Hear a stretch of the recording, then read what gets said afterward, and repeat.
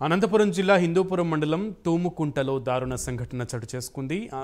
అభం శుభం తెలియని అనిత అనే 8 ఏళ్ల చిన్నారిని వరుసకు పెద్దనాన్న కావాల్సిన వ్యక్తి అతి దారుణంగా కొట్టి చంపి పెన్నా నదిలో పూడ్చిపెట్టిన హృదయ విదారక ఘటన ఆ గ్రామస్తులను కంటతడి పెట్టించింది.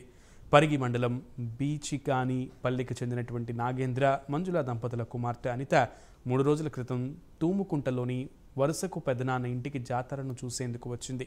అయితే అనితకు మాయమాటలు చెప్పిన గంగాధర్ గ్రామ సమీపంలోని పెన్నా నదికి తీసుకెళ్లాడు.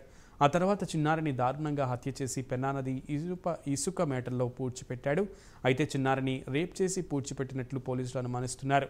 ఘటనా స్థలానికి చేరుకున్న పోలీసులు పెన్నా నదిలో పూడ్చిపెట్టిన చిన్నారి మృతదేహాన్ని వెలికి తీసి పోస్ట్ మార్టం కోసం ఆసుపత్రికి తరలించారు. సైకో గంగాధర్ను అదుపులోకి తీసుకున్న పోలీసులు విచారిస్తున్నారు. నిందితుడు గంగాధర్ గత 10 ఏళ్ల కాలంలో 2 మహిళలను ఇదే తరహాలో దారుణ హత్య చేసినట్లు తెలిపింది.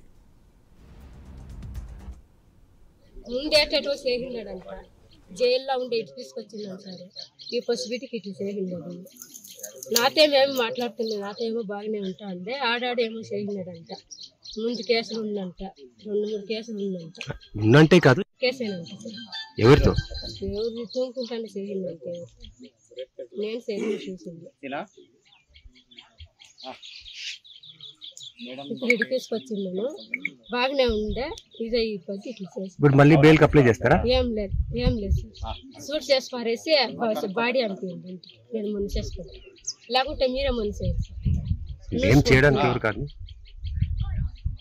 బేకలేదు నాకు. ఇప్పుడు ఆ పిల్లలు బిడ్డకి వాళ్ళ భార్యకి ముగ్గురికి నేనేం చెప్పాలి సార్. డెలివరీ